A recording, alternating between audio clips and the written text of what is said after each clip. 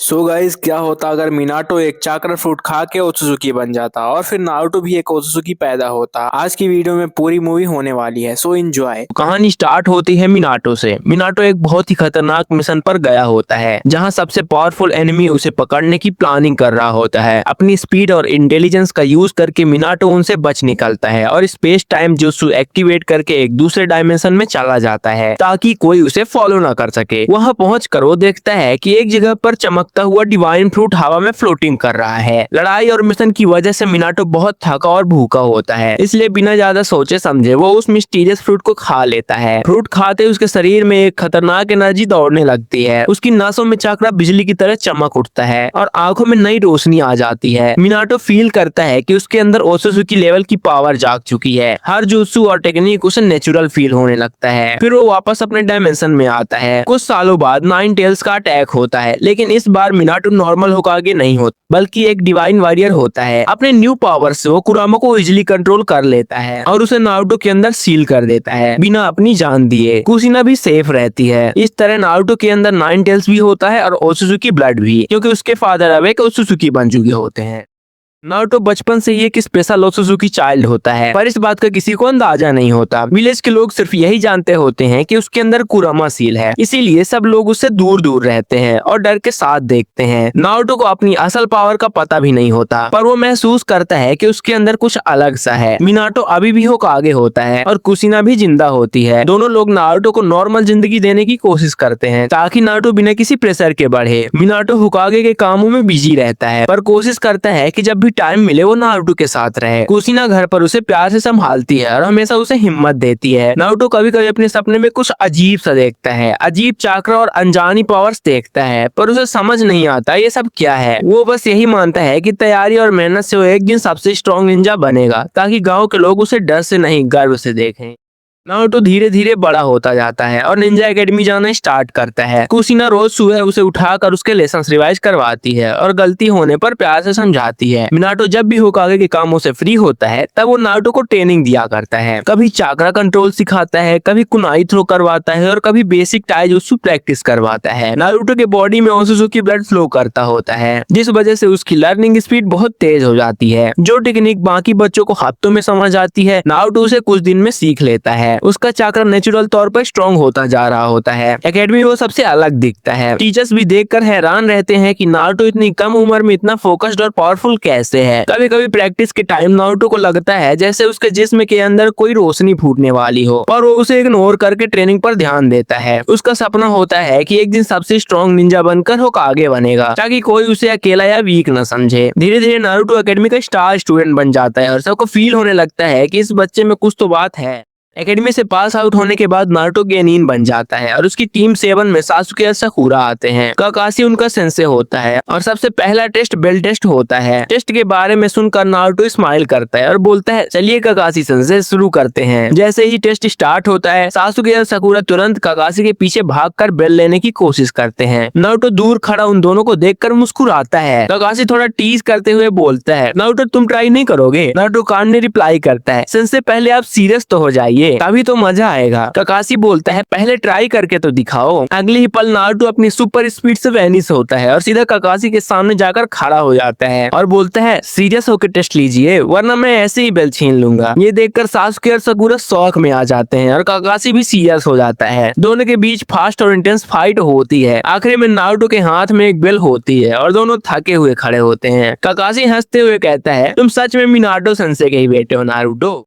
Then कुछ दिन बाद टीम 7 को लैंड ऑफ वेव्स का मिशन मिलता है। सब निंजा गियर पहनकर अर्ली मॉर्निंग गांव से निकल जाते हैं। नारुतो पूरे रास्ते बिल्कुल नॉर्मल बिहेव करता है, जैसे कोई पावरफुल सीक्रेट उसके अंदर छुपा ही ना हो। बीच रास्ते में उनकी मुलाकात इटाची से होती है। इटाची काकाशी को देखकर हल्की सी स्माइल देता है और बोलता है, टीम 7 आज कहाँ जा रही है काकाशी? काकाशी उसे मिशन के बारे में बता देता है। इटाची नारुतो को ध्यान से देखता है, जैसे उसके अंदर कुछ अलग सा महसूस हो रहा हो, फिर बिना कुछ बोले चला जाता है। आगे बढ़ते हुए रास्ते में अचानक कुछ रोग निंजास अटैक कर देते हैं। सासुके पूरे जोश के साथ आगे बढ़ता है और अपनी स्पीड और शूरिकेन स्किल से उन सबको एक एक करके गिरा देता है। नारुतो बस साइड में खड़ा स्माइल करके देख रहा होता है। साकुरा थोड़ी नर्वस होती है, पर जब एनिमीज डिफीट होते देखती है तो रिलीफ फील करती है। काकाशी साइलेंटली सबको ऑब्जर्व करता है और नोटिस करता है कि नारुतो अभी तक मूव भी नहीं हुआ, जैसे वो जानबूझकर अपने रियल स्ट्रेंथ छुपाए हुए हो। मिशन स्मूथली कंटिन्यू होता है और टीम 7 बिना रुकावट के लैंड ऑफ वेव्स की तरफ आगे बढ़ जाती है। At the last team 7 land of waves पहुंच जाती है, जहां उन्हें पूरी सच्चाई पता चलती है। तभी उनके सामने जाबुजा और हाकू आ जाते हैं। काकाशी और जाबुजा तुरंत एक दूसरे पर अटैक कर देते हैं और उनकी फाइट एक्सट्रीम लेवल पर पहुंच जाती है। दूसरी तरफ नारुतो और सासुके हाकू के सामने खड़े होते हैं। नारुतो हंसते हुए बोलता है, क्या बोलते हो सासुके, इसे कितने सेकंड में हरा लोगे? सासुके हल्का सा हंसकर कहता है, तुम बताओ, तुम कितना जल्दी से हरा सकते हो? नारुतो आंख बंद करके मुस्कुराता है और बोलता है, बस देखो। अगली पल वो वैनिश हो जाता है और ब्लिंक में हाकू के सामने पहुंचकर एक सॉलिड पंच मारता है। हाकू वहीं गिर जाता है। सासुके हैरान होकर बोलता है, अरे यार, पूरा फाइट तो शुरू होने से पहले ही खत्म कर दी तुमने। नारुतो हंसता है और कहता है, अभी मेन विलन बाकी है, चलो उसे फेस करते हैं। दोनों जाबुजा की तरफ दौड़ते हैं और फाइट के क्रेडिट लेने पर बहस करने लगते हैं। इतने में जाबुजा काकाशी को ट्रैप कर लेता है। नारुतो और सासुके ये देखकर गुस्से में आ जाते हैं और एक साथ जाबुजा पर फुल पावर से अटैक कर देते हैं। देन काकाशी भी फ्री हो जाता है और फिर तीनों मिलकर जाबुजा को डिफीट कर देते हैं।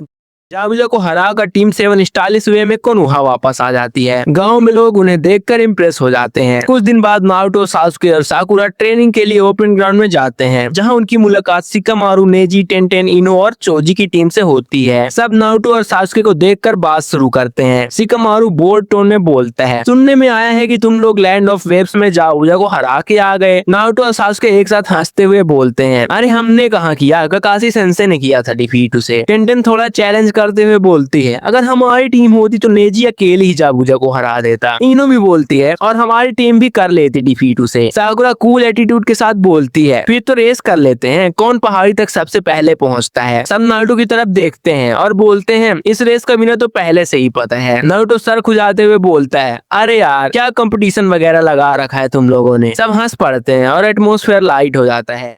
तभी वहाँ इरुका सेंसे आ जाते हैं और सबको मस्ती करते देखकर बोलते हैं, अरे बच्चों, यहाँ क्या कर रहे हो? सब टीम्स उन्हें बताती है कि वो रेस और कंपटीशन करने वाले थे। इरुका सेंसे मुस्कुराकर बोलते हैं, इस सब की कोई जरूरत नहीं है, वैसे भी चूनिन एग्जाम्स बहुत जल्दी होने वाले हैं, वही तुम सबका असली कंपटीशन होगा। ये सुनते ही सारे गेनिन्स खुश हो जाते हैं और एक्साइटेड होकर एक दूसरे को देखते हैं। शिकेमारु बोलता है, तो मतलब वही डिसाइड होगा कौन बेस्ट है। नेजी कॉन्फिडेंट टोन में बोलता है, एग्जाम में ही पता चलेगा कौन स्ट्रॉन्ग है। नारुतो ईगर होकर बोलता है, परफेक्ट, मैं रेडी हूँ दिखाने के लिए। इरुका सेंसे हंसते हुए कहते हैं, फिर जाओ, जल्दी से फॉर्म भरो और एग्जाम के लिए प्रिपेयर करो। सब लोग हाँ में सर हिलाते हुए अलग अलग डायरेक्शंस में निकल जाते हैं। नारुतो और सासुके साथ चलते हुए एक दूसरे को चैलेंज देते हैं। नारुतो बोलता है, देख लेना, एग्जाम में मैं ही जीतूंगा। सासुके भी स्माइल करते हुए बोलता है, सपने देखना बुरी बात नहीं है नारुतो। दोनों हंसते हैं और चुन एग्जाम्स के लिए फुल जोश के साथ प्रिपेयर करने लगते हैं। एपिसोड 2 स्टार्ट होता है, जहाँ इरुका सेंसे सभी टीम्स को ट्रेनिंग ग्राउंड में बुलाते हैं और बोलते हैं, चुनिन एग्जाम्स बहुत जल्दी स्टार्ट होने वाला है, इसीलिए अब सबको फुल तैयारी करनी होगी। ये सुनते ही सब गेनिन सीरियस हो जाते हैं और अपनी अपनी टीम के साथ ट्रेनिंग के लिए निकल जाते हैं। नारुतो सीधा घर पहुंचता है और मिनाटो से बोलता है, डैड, मेरे चुनिन एग्जाम्स आ रहे हैं, मुझे आप ट्रेन करिए, मैं स्ट्रॉन्ग बनना चाहता हूँ। मिनाटो स्माइल करते हुए हाँ बोल देता है। दूसरी तरफ सासुके अपने घर जाता है और इटाची से रिक्वेस्ट करता है, बिग ब्रो प्लीज मुझे ट्रेन कर दो ताकि मैं एग्जाम्स में बेस्ट दे पाऊँ। इटाची स्माइल करता है और ट्रेनिंग स्टार्ट करने के लिए मान जाता है। शिकेमारु की टीम आसुमा सेंसे के पास जाकर स्ट्रेटेजी और टीम वर्क सीखने लगती है। नेजी की टीम रोज टाइजुत्सु प्रैक्टिस करती है और अपने अटैक्स परफेक्ट करने में लग जाती है। हिनाटा अपनी टीम के साथ चाक्रा कंट्रोल और ब्याकुगान ट्रेनिंग पर फोकस करती है। टीम 7 में से सिर्फ साकुरा काकाशी के पास आती है। काकाशी थोड़ा बोर होके बोलता है, साकुरा, तुम्हारा ट्रेनिंग बोरिंग होगा, तुम अपने डिफेंस स्ट्रॉन्ग करो और हीलिंग जुत्सु सीखो। साकुरा पूरे फोकस के साथ मेडिकल जुत्सु और सेल्फ डिफेंस प्रैक्टिस शुरू कर देती है।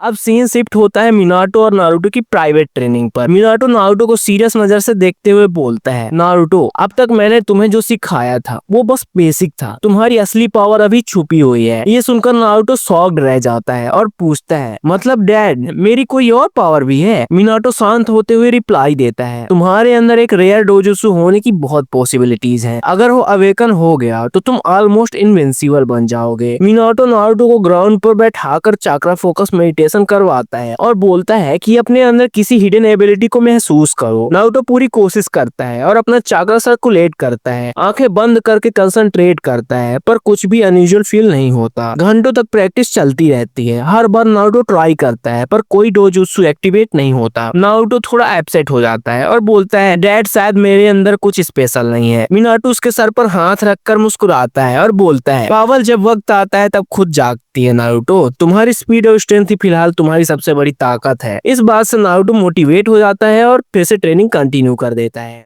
अब सीन जाता है इटाची और सासुके की ट्रेनिंग पर। एक ओपन ग्राउंड में इटाची शांत खड़ा होता है और सासुके उसके सामने सीरियस पोस्चर में खड़ा होता है। इटाची बोलता है सबसे पहले अपने शारिंगान पर कंट्रोल सीखो, सिर्फ एक्टिवेट करना ही काफी नहीं होता, एनिमी की मूवमेंट रीड करो। इटाची सासुके को बेसिक गेंजुत्सु का यूज सिखाता है कि कैसे सामने वाले को कंफ्यूजन में डाला जाए और कुछ सेकंड्स के लिए उसकी मूवमेंट को रोक दिया जाए। सासुके कंसंट्रेट करके प्रैक्टिस करता रहता है, कभी कभी फेल होता है तो कभी सक्सेस मिलती है, पर वो रुकता नहीं है। फिर इटाची उसे कुनाई करने की एडवांस ट्रिक सिखाता है, जैसे एंगल और स्पिन के साथ कुनाई फेंकना, ताकि टारगेट अगर एक बार बच भी जाए तो दोबारा ना बचे। सासुके घंटों तक वही प्रैक्टिस करता रहता है। ट्रेनिंग के एंड में इटाची थोड़ा सीरियस हो जाता है और बोलता है अब मैं तुम्हें एक डेंजरस jutsu सिखाने वाला हूँ, ये पावर बहुत रिस्की है तो सिर्फ जरूरत में ही इसे यूज करना। इटाची उसे हाई स्पीड चिडोरी ट्रेन करवाता है। सासुके को कंट्रोल करने में दिक्कत होती है पर प्रैक्टिस से वो jutsu स्टेबल कर लेता है। इटाची उसे देखकर शांत आवाज में बोलता है एग्जाम्स में अपनी लिमिट ब्रेक करना पर अपनी जान मत दांव में लगा देना। सासुके कॉन्फिडेंटली कहता है डोंट वरी बिग ब्रो, मैं जीत जाऊंगा। अब सीन शिकेमारु की टीम और बाकी टीम्स की ट्रेनिंग पर जाता है। आसुमा सेंसे सबको बैठाकर टीम वर्क और स्ट्रेटेजी के बारे में समझाते हैं। शिकेमारु बोर्ड सा लुक देता है और बोलता है टीम 7 सबसे टफ अपोनेंट लग रही है। नारुतो और सासुके दोनों अनप्रेडिक्टेबल हैं, उनके खिलाफ हमें स्मार्ट टैक्टिक्स यूज करने होंगे। आसुमा ट्रैप फॉर्मेशंस और कॉम्बो अटैक्स ट्रेन करवाता है। हीरो सिग्नल्स के थ्रू कम्युनिकेशन प्रैक्टिस करती है और चोजी अपना स्पीड चार्ज अटैक इंप्रूव करता है। शिकेमारु नया शैडो ट्रैप प्लान करता है। वहीं दूसरी तरफ नेजी की टीम टाइजुत्सु ड्रिल्स करती है। नेजी अपने ब्याकुगन का रेंज बढ़ाता है और चाक्रा पॉइंट्स को टारगेट करने की प्रैक्टिस करता है। टेंटेन फास्ट वेपन स्विचिंग पर फोकस करती है और ली वेट ट्रेनिंग करता है ताकि अपनी स्पीड और स्ट्रेंथ डबल कर सके। दूसरी तरफ हिनाटा अपनी टीम के साथ जेंटल फिश ट्रेनिंग करती है। वो अपना चाक्रा कंट्रोल इंप्रूव करती है और सेल्फ कॉन्फिडेंस डेवलप करती जा रही होती है। हर टीम पूरी मेहनत से लग जाती है क्योंकि सब जानते हैं चूनिन एग्जाम्स नॉर्मल टेस्ट नहीं है बल्कि सर्वाइवल बैटल होने वाले हैं। देन उसके बाद चूनिन एग्जाम्स ऑफिशियली स्टार्ट हो जाते हैं। सबसे पहले रिटन टेस्ट होता है जो सारी टीम्स इजीली क्लियर कर लेती हैं। उसके बाद नेक्स्ट राउंड के लिए सब गेनिंग्स को ले जाया जाता है फर्स्ट ऑफ डेथ के डेंजरस एरिया में। रूल समझा दिए जाते हैं और टीम जंगल में एंटर कर जाती है। इसी वक्त जंगल के घने पेड़ों के बीच ओरोचिमारु छुपकर एंट्री लेने वाला होता है। वो किसी को बिना पता चले अंदर घुसना चाहता होता है, पर जैसे ही वो बाउंड्री क्रॉस करता है एक स्ट्रॉन्ग चाक्रा फील होता है। अचानक चारों तरफ से आम्बू निंजाज और खुद इटाची अपीयर हो जाते हैं। इटाची ओरोचिमारु को पहचान लेता है और बोलता है ये ओरोचिमारु है, सब रेडी हो जाओ। सब निंजास तुरंत अटैक कर देते हैं। कुनाई और एक्सप्लोसिव टैग्स फॉरेस्ट में ब्लास्ट होने लगते हैं। ओरोचिमारु शॉक में आ जाता है। इटाची एक लाइटिंग फास्ट अटैक करता है जिससे ओरोचिमारु मुश्किल से बच पाता है। सिचुएशन देखकर ओरोचिमारु स्मोक बॉम्ब्स यूज करता है और जंगल के अंदर भाग जाता है। आम्बू उसका पीछा करते हैं पर वो एस्केप कर जाता है। फर्स्ट ऑफ डेथ सेफ तो होता है पर डेंजर का लेवल और बढ़ जाता है। फर्स्ट ऑफ डेथ के अंदर टीम 7 का पहला इनकाउंटर होता है साउंड विलेज के स्नोबी के साथ, जिसमें काबूटो भी होता है। नारुतो और सासुके कामली आगे बढ़कर बोलते हैं तुम लोग अपने स्क्रोल्स हमें दे दो, हम लोग तुम्हें बिना चोट पहुंचाए जाने देंगे। काबूटो हंसते हुए बोलता है अरे बच्चों अपनी लिमिट में रहो। नारुतो और सासुके सीरियस हो जाते हैं। नारुतो बोलता है सासुके यार अब कोई रास्ता नहीं बचा है, हमें इनसे छीनना ही पड़ेगा। अगले पल नारुतो वैनिश हो जाता है और सासुके लाइटिंग स्पीड के साथ अटैक करता है। काबूटो और उसकी टीम को समझने का मौका ही नहीं मिलता और कुछ ही सेकंड्स में वो डिफीट हो जाते हैं। दूसरी तरफ शिकेमारु की टीम अपनी स्ट्रेटेजी यूज करके एक टफ ग्रुप को ट्रैप में फंसाकर हरा देती है। नेजी की टीम भी अपना पावरफुल टाइजुत्सु दिखाकर एनिमीज को नॉक आउट कर देती है। धीरे धीरे फर्स्ट ऑफ डेथ का राउंड खत्म होता है।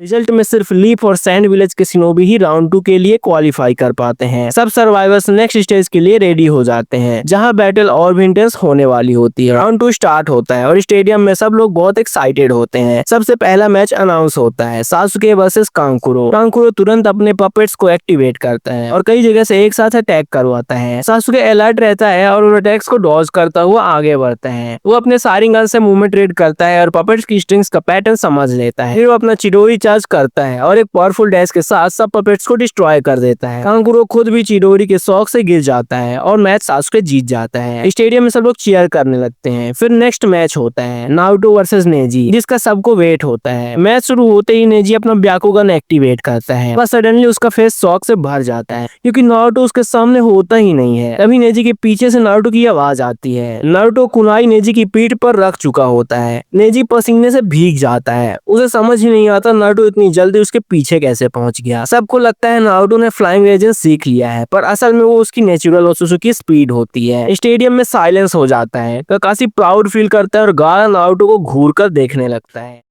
फाइनल राउंड अनाउंस होता है। सिर्फ 3 गेनर्स क्वालिफाई होते हैं, नारुतो, सासुके और गारा। स्टेडियम में फुल टेंशन होता है। पहला मैच होता है सासुके वर्सेस गारा। सासुके एग्रेसिव स्टार्ट करता है और फास्ट मूव से गारा को बैक फुट पर ले आता है। स्टार्टिंग में तो लगता है कि वो इजिली जीत जाएगा, पर तभी गारा अपनी टेल्ड बीस्ट ट्रांसफॉर्मेशन स्टार्ट करता है। उसका सैंड चाकरा पूरा वाइल्ड हो जाता है। गारा एक पावरफुल ब्लो मारता है और सासुके को दूर पटक देता है। सासुके जमीन पर गिरता है और मुश्किल से खड़ा होता है। देन गारा उसके बाद एक डेडली अटैक चार्ज करता है जो सीधा सासुके की तरफ जा रहा होता है। सासुके उस अटैक को डॉज नहीं कर पाता और आंखें बंद कर लेता है। पूरे स्टेडियम चिल्लाता है सासुके। चारों तरफ धूल ही धूल छा जाती है। जब धूल हटती है सब लोग शॉक में रहते हैं। नारुतो स्माइल करते हुए उस डेडली अटैक को एक हाथ से रोककर खड़ा होता है। नारुतो सीरियस आवाज में बोलता है ऐसे अटैक्स नहीं करने चाहिए जिससे किसी की फ्रेंड की जान चली जाए। स्टेडियम में कंप्लीट साइलेंस हो जाता है और सब समझ जाते हैं असली बैटल अब शुरू होने वाली है। और इस एपिसोड की स्टार्टिंग में दिखाया जाता है कि फाइनल मैच स्टार्ट हो चुका है नारुतो और गारा के बीच। पूरे स्टेडियम में साइलेंस छा जाता है। गारा अपनी सैंड को हर साइड से अटैक के लिए भेज देता है और नारुतो अपनी इंसेन स्पीड से सबको डॉज करता रहता है। दोनों में अच्छी खासी फाइट चलती है। कभी नारुतो पास पहुंच जाता है, कभी गारा सैंड सील्ड बना लेता है। गारा धीरे धीरे गुस्से में आकर पार्शियल बीस्ट ट्रांसफॉर्मेशन करने लगता है। ये देखकर नारुतो और सीरियस हो जाता है। वो सीधा स्पिंट मारकर गारा के बिल्कुल पास पहुंचता है और फुल पावर से उसके चेस्ट पे पंच मार देता है। सैंड आर्मर टूट जाता है और गारा जमीन पर गिर जाता है। मैच वहीं खत्म हो जाता है। पूरे स्टेडियम चीयर कर उठता है। नारुतो उसके पास जाकर उसे समझाता है कि अकेले रहना स्ट्रेंथ नहीं होता, दोस्तों के बिना पावर का कोई मतलब नहीं होता है। फिर नारुतो बिना कुछ कहे अपना हाथ आगे बढ़ा देता है। गारा कुछ सेकंड तक कंफ्यूज रहता है, पर फिर धीरे से नारुतो का हाथ पकड़ लेता है। उसके फेस पर पहली बार हल्की सी स्माइल आती है। इसी मूवमेंट पर दोनों की दोस्ती स्टार्ट हो जाती है और सब समझ जाते हैं कि नारुतो सिर्फ फाइट ही नहीं, लोगों के दिल भी जीतने लगा है।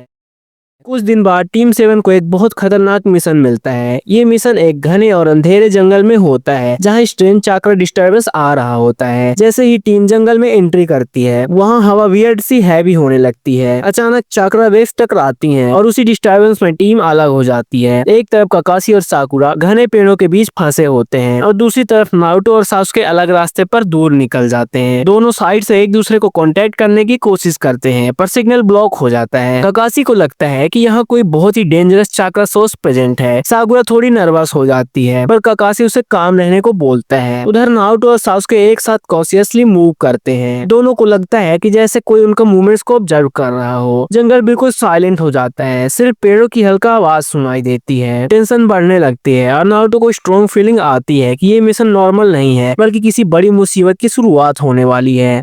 उधर दूसरी तरफ मिशन पर निकली शिकामारू और नेजी की टीम्स नॉर्मली जंगल में मूव कर रही होती है। सब अलर्ट होते हैं क्योंकि एरिया का चाक्रा काफी हैवी फील हो रहा होता है। तभी अचानक एक स्ट्रेंज ऑरा उनके सामने अपीयर होता है और उन पेड़ों के बीच से ओरोचिमारू निकल आता है। उसके फेस पर वही डेंजरस स्माइल होती है। सब लोग तुरंत बैटल पोजीशन ले लेते हैं। ओरोचिमारू बिना टाइम वेस्ट किए एक फॉरबिडन जुत्सु यूज करता है, जिसके बाद जमीन हिलने लगती है, मिट्टी फट जाती है और उसमें से जाबुजा रिएनिमेट होकर बाहर आता है। जाबुजा इमोशनलेस चेहरे के साथ सीधा अटैक करता है। शिकामारू तुरंत अपना शैडो जुत्सु यूज करके उसे रोकने की कोशिश करता है। फिर उसके बाद नेजी अपना ब्याकुगान ऑन करता है और हाई स्पीड रोटेशन से जाबुजा के वार ब्लॉक कर देता है। ली रॉ पावर से सपोर्ट देता है और टेंटेन वेपन्स रेन कर देती है। फाइट टफ हो जाती है। हर अटैक के साथ जाबुजा और ज्यादा एग्रेसिव हो रहा होता है। टीम्स टीम वर्क के साथ स्टैंड ले लेती हैं और उन्हें पता होता है कि एनिमी इजी नहीं है। दूर खड़ा ओरोचिमारू बस ये सब देख रहा होता है बिना कुछ करे, जैसे वो सिर्फ एक्सपेरिमेंट देख रहा हो।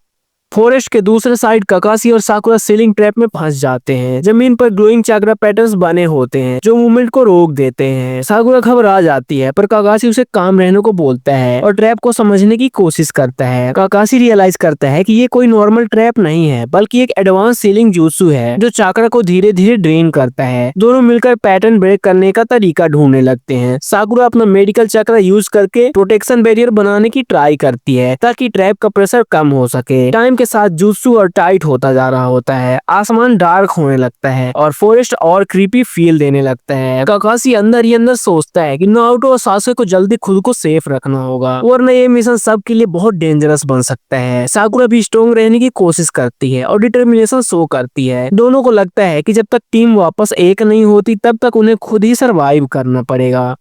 इधर फॉरेस्ट के बीच में नारुतो और सासुके का सामना अचानक एनेरू से होता है। एनेरू एक टाल रोग निंजा होता है जिसके आसपास कॉन्स्टेंटली लाइटनिंग चक्र फ्लैश कर रहा होता है। उसकी प्रेजेंस से ही हवा गर्म और हैवी लगने लगती है। बिना कोई वार्निंग दिए एनेरू सीधे अटैक कर देता है। एक पावरफुल लाइटिंग ब्लास्ट निकलता है जो डायरेक्ट सासुके को हिट करता है। सासुके हवा में उछलकर जमीन पर गिर जाता है और बुरी तरह इंजर्ड हो जाता है। नारुतो शॉक में आ जाता है और तुरंत सासुके की तरफ भागता है पर एनेरू उसे भी लाइटनिंग स्वाइप से दूर खेल देता है जिसकी वजह से ट्रीज भी कट जाते हैं और ग्राउंड क्रैक हो जाता है। नारुतो गुस्से और टेंशन में एनेरू की तरफ चार्ज करता है पर एनेरू की स्पीड उससे भी ज्यादा होती है। हर बार जब नारुतो पास पहुंचता है तब एनेरू लाइटनिंग स्टेप से पोजीशन चेंज कर लेता है। जंगल में ब्लास्ट और स्टैटिक की आवाज गूंज रही होती है। नारुतो को क्लियर हो जाता है कि ये एनिमी नॉर्मल निंजा नहीं है। एनेरू स्लो वॉइस में टीज करता है जैसे वो फाइट को एंजॉय कर रहा हो। इस वक्त नारुतो हेल्पलेस फील करता है क्योंकि वो सासुके को इंजर्ड स्टेट में छोड़कर जा भी नहीं सकता है और एनेरू से टक्कर भी मुश्किल होती जा रही होती है। नारुतो जब उल्टी सीधी ब्लास्ट के बीच में सासुके को खून में लटपट पड़ा हुआ देखता है तो उसका सब कंट्रोल टूट जाता है। उसके अंदर से गुस्सा और गिल्ट दोनों एक साथ निकल आते हैं। उसका चक्र वाइल्ड होने लगता है। अचानक उसकी आंखें तेज रोशनी के साथ ग्लो कर उठती हैं और उसका हिडन डोजुत्सु अवेकन हो जाता है। नारुतो को लगता है जैसे टाइम स्लो हो गया हो। एनेरू की लाइटनिंग लाइंस क्लियर दिखने लगती हैं उसे। हर मूवमेंट एकदम प्रेडिक्ट होने लगता है। नारुतो एकदम शांत हो जाता है। वो तुरंत डैश करता है और ब्लिंक में एनेरू के सामने पहुंच जाता है। दोनों के बीच क्लोज रेंज क्लैश होता है और लाइटनिंग और चक्र डायरेक्टली टकरा जाते हैं। फॉरेस्ट के बीच शॉक वेव्स निकलती हैं। एनेरू पीछे स्लाइड करता है और नारुतो वही ग्राउंड होल्ड कर लेता है। नारुतो समझ जाता है कि उसका डोजुत्सु कंप्लीट कंट्रोल में अभी नहीं है लेकिन जितना एक्टिवेट हुआ है उतना ही बैटल का फ्लो चेंज कर सकता है। नारुतो पीछे मुड़कर सासुके के पास जाता है और चक्रा यूज करके उसे स्टेबल करता है। सासुके धीरे धीरे होश में आने लगता है जबकि नारुतो खड़ा होकर फिर से एनेरू की तरफ देखने लगता है। देन उसके बाद नारुतो जब सासुके को स्टेबल कर देता है तब उसे हल्का सा रिलीफ मिलता है पर टेंशन खत्म नहीं होती है।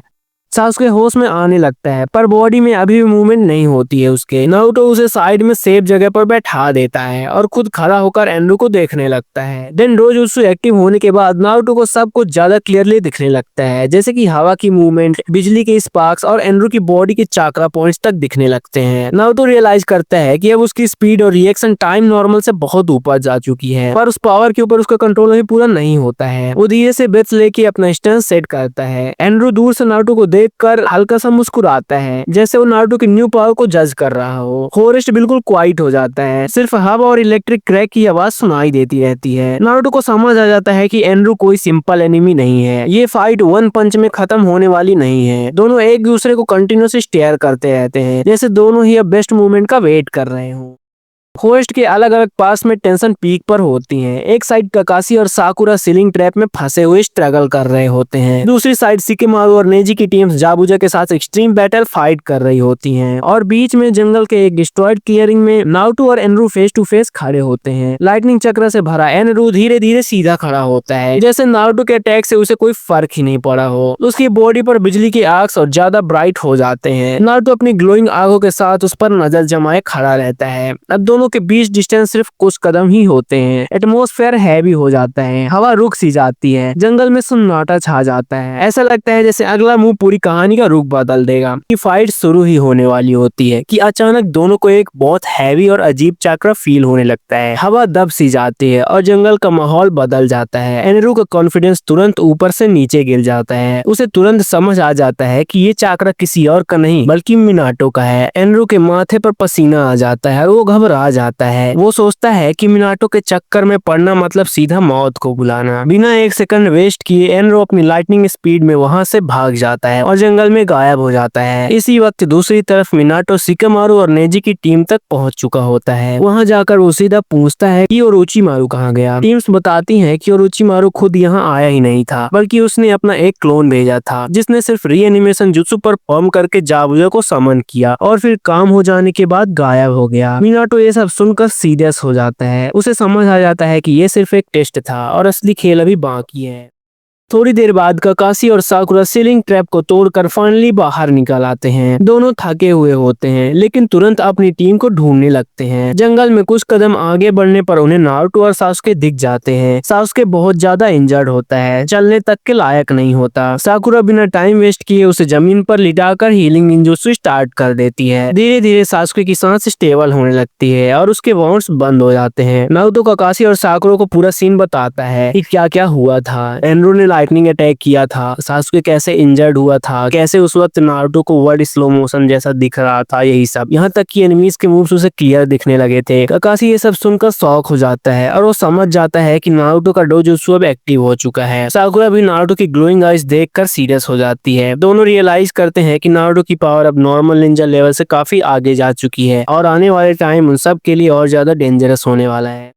देन मिशन कंप्लीट होने के बाद नारुतो घर आता है। रात को डिनर के टाइम वो मिनाटो को काल्मी सब बताता है कि फॉरेस्ट में एनरू का अटैक हुआ था, सासुके इंजर्ड हो गया था और कैसे उस वक्त उसे लग रहा था जैसे पूरी दुनिया स्लो मोशन में चल रही हो। नारुतो एक्सप्लेन करता है कि उसे एनरू के हर मूव पहले ही दिख रहे थे और उसकी रिएक्शन अपने आप परफेक्ट होती जा रही थी। मिनाटो शांति से सब सुनता रहता है और फिर बोलता है कि उसने पहले ही कहा था कि नारुतो के अंदर डोजुत्सु होने की पॉसिबिलिटीज बहुत हाई हैं। अब जैसे जैसे पावर जाग चुकी है, नारुतो को और ज्यादा फोकस ट्रेनिंग की जरूरत पड़ेगी। मिनाटो रिएश्योर करता है कि वो खुद नारुतो को गाइड करेगा और उसे नई टेक्निक सिखाएगा जिससे वो अपनी आइज का फुल कंट्रोल सीख सके। नारुतो थोड़ा एक्साइटेड और थोड़ा नर्वस फील करता है लेकिन वो डिसाइड करता है कि अब जो भी होगा वो पीछे नहीं हटेगा। डिनर के बाद नारुतो अपने रूम में जाकर अपनी आंखों को मिरर में देखता रहता है। सोचता है कि अब जिंदगी पहले ऐसे सिंपल कभी नहीं रहेगी। अगले दिन सुबह मिनाटो नारुतो को ट्रेनिंग ग्राउंड पर ले जाता है और उसके डोजुत्सु के बारे में डिटेल में समझाता है। वो बताता है कि नारुतो की सबसे बड़ी पावर उसकी इमेजिनेशन है। नारुतो जो भी सोच कर देखेगा वही उसे क्लियर नजर आने लगेगा। जैसे अगर वो चाहे तो बिजली के फ्लो को भी देख सकता है या फिर लाइट की एक्चुअल स्पीड तक ट्रैक कर सकता है। ये सुनते ही नारुतो पूरा एक्साइटेड हो जाता है। ट्रेनिंग स्टार्ट होती है बेसिक फोकस ड्रिल से, जैसे चाक्रा को आंखों में चैनल करना, मूविंग टारगेट्स को फॉलो करना और विजन को मैक्सिमम रेंज तक स्ट्रेच करना। धीरे धीरे नारुतो फील करता है कि उसकी साइट और रिएक्शन दोनों इंप्रूव हो रहे हैं। कभी कभी कंट्रोल बिगड़ जाता है और एनर्जी हेडेक देने लगती है। नारुतो उसे रुकने नहीं देता और रेस्ट के साथ फिर प्रैक्टिस करवाता है। कुछ ही घंटों में नारुतो मूवमेंट्स और ट्रेजेक्टरीज पहले से काफी बेटर रीड करने लगता है। नारुतो समझने लगता है कि अगर उसने इस पावर को मास्टर कर लिया तो वो ऑलमोस्ट हर एनिमी के एक स्टेप आगे रह सकता है।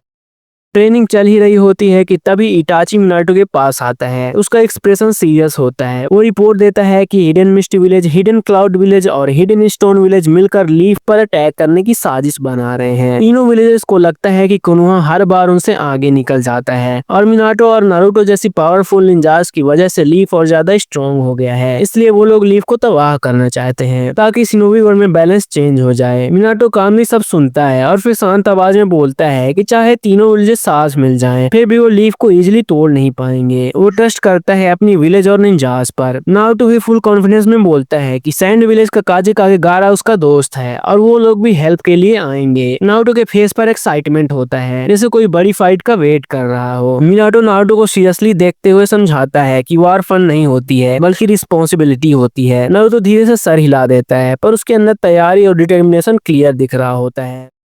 दूसरी तरफ एक अंधेरी मीटिंग हॉल में हिडन मिस्ट, हिडन क्लाउड और हिडन स्टोन के कागे एक राउंड टेबल के पास बैठे होते हैं। सबके फेस पर टेंशन होती है। डिस्कशन में ये बात सामने आती है कि मिनाटो और उसका बेटा नारुतो शिनोबी वर्ल्ड के लिए सबसे बड़ा थ्रेट बन चुके हैं। नारुतो की इमर्जिंग पावर्स और मिनाटो की ऑलरेडी लेजेंडरी स्ट्रेंथ को देखकर उन्हें लगता है कि फ्यूचर में कोई भी विलेज लीफ के सामने टिक नहीं पाएगा। एक कागे बोलता है कि अगर आज एक्शन नहीं लिया गया तो कल कोई भी कुछ नहीं कर पाएगा। दूसरा कागे बोलता है कि नारुतो जैसा शिनोबी जब बड़ा हो जाएगा तब उसे रोकना पॉसिबल नहीं रहेगा। तीनों ये डिसीजन पर पहुंच जाते हैं कि लीव पर फुल स्केल वॉर ही एक सोल्यूशन है। मीटिंग के एंड में प्लान फाइनल हो जाता है। सब अपनी अपनी आर्मी रेडी करेंगे, अलायंसेस बनाएंगे और एक साथ लीव्स पर अटैक करेंगे। वॉर ऑफिशियली डिसाइड हो चुकी होती है और शिनोबी वर्ल्ड धीरे धीरे एक बहुत बड़ी लड़ाई की तरफ बढ़ रहा होता है। अटैक की खबर सैंड विलेज तक भी पहुंच जाती है। जैसे ही गारा को बताया जाता है कि 3 विलेज मिलकर लीव पर हमला करने वाले हैं, वो बिल्कुल सीरियस हो जाता है। वो तुरंत अपने लीडर्स और कमांडर्स को बुला लेता है और मीटिंग में क्लियर ऑर्डर देता है कि सैंड विलेज लीव का साथ देगा। गारा को नारुतो की बात याद आती है, दोस्ती और साथ निभाने वाली बात। वो बोलता है कि जिस तरह नारुतो ने उसे अंधेरे से बाहर निकाला था, अब उसकी बारी है नारुतो और कोनोहा को सपोर्ट करने की। सैंड की शिनोबीज तुरंत वेपन्स रेडी करना स्टार्ट कर देते हैं। गारा रीइंफोर्समेंट टीम्स बनाना स्टार्ट करता है। मेडिकल स्क्वाड्स, फ्रंटलाइन फाइटर्स और डिफेंस यूनिट्स सब कोऑर्डिनेट होने लगते हैं। सप्लाई रूट्स प्लान किए जाते हैं और फास्ट ट्रैवल पास मार्क किए जाते हैं। कुछ ही टाइम में सैंड विलेज का फुल सपोर्ट फोर्स लीव की तरफ मार्च करना स्टार्ट कर देता है। गारा अपनी सैंड गॉड पीठ पर सेट करता है और खुद लीड करने के लिए रेडी हो जाता है। उसके माइंड में सिर्फ एक ही थॉट होता है, इस वार में नारुतो को अकेला नहीं होने देगा।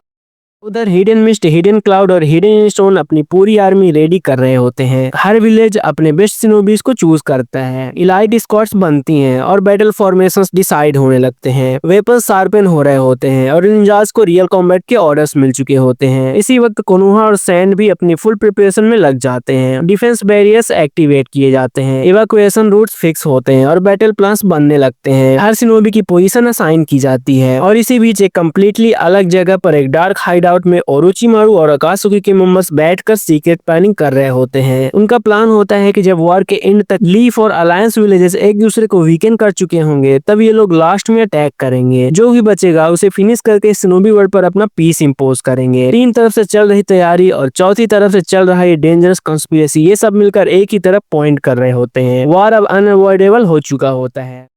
वॉर फाइनली स्टार्ट हो जाती है। पूरी बैटलफील्ड पर चारों तरफ चाक्रा ब्लास्ट, लाइटनिंग अटैक्स और सैंड स्टॉर्म्स चल रहे होते हैं। हिडन मिस्ट, क्लाउड और स्टोन की आर्मीज मिलकर फुल अटैक करती हैं, लेकिन उनके सामने कोनोहा और सैंड विलेज की पूरी आर्मी एक साथ खड़ी होती है। गारा अपनी सैंड वेव से फ्रंट लाइन संभाल लेता है, जबकि सैंड के शिनोबी एडवांस करते हुए एनिमीज को पुश बैक कर देते हैं। बीच बैटलफील्ड में नारुतो, मिनाटो, सासुके, काकाशी और इटाची टुगेदर फाइट करते हैं। मिनाटो लाइटनिंग स्पीड से स्क्वाड्स क्लियर करता है। काकाशी और इटाची अकात्सुकी के मेंबर्स को 1 बाय 1 डिफीट करते हैं। सासुके लाइटनिंग जुत्सु से स्काई क्लियर करता है और नारुतो अपनी ओसुसुकी प्लस डो जुत्सु पावर के साथ जहां जरूरत है वहां इंस्टेंट पहुंच जाता है। अकात्सुकी का सीक्रेट प्लान फेल हो जाता है और साथ में वो भी खत्म हो जाते हैं। वॉर एंड होने पर बैटलफील्ड साइलेंट हो जाता है। कोनोहा और सैंड आर्मीज चीयर्स करती हैं। गारा नारुतो के साथ खड़ा होता है और वो सब स्माइल कर रहे होते हैं और टीम सैंड प्राउड फीलिंग के साथ हंसी शेयर करती है और यहीं पे एपिसोड 4 खत्म हो जाता है। अगर वीडियो अच्छी लगी हो तो वीडियो को एक लाइक जरूर से कर देना और ऐसी मजेदार वीडियो देखने के लिए चैनल को सब्सक्राइब भी कर लेना। मिलते हैं नेक्स्ट वीडियो में, तब तक के लिए बाय बाय।